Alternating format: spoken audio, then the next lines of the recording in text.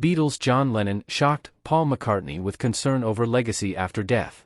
Lennon died in 1980 after being shot by Mark David Chapman.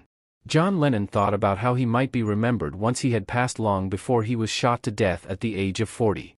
Lennon's longtime collaborator Paul McCartney shared that the Beatles singer-songwriter was worried about his legacy during an episode of the iHeartRadio podcast, McCartney, A Life in Lyrics. "I remember him saying to me, 'Paul, I worry about how people are going to remember me when I die,' and it kind of shocked me," McCartney shared in Wednesday's episode. "I said, okay, hold on, just hold it right there. People are going to think you were great, you've already done enough work to demonstrate that." "I was like his priest," the musician added.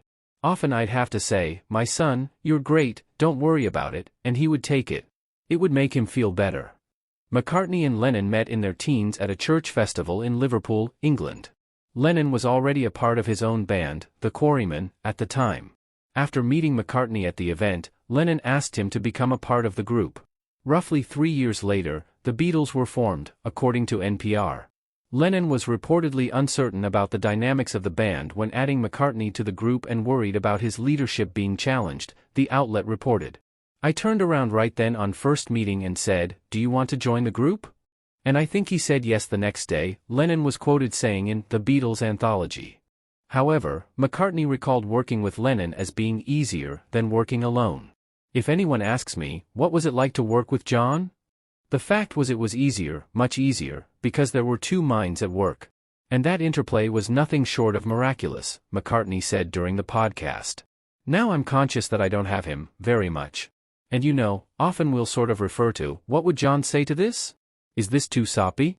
He would have said da-da-da, so I'll change it.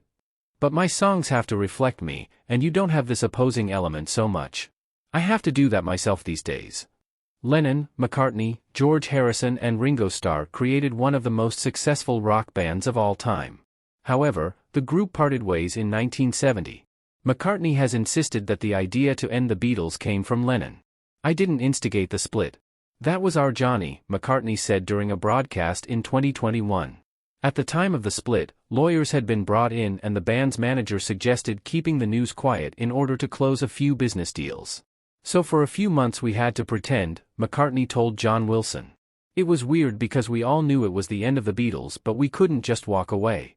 McCartney later let the cat out of the bag because I was fed up of hiding it.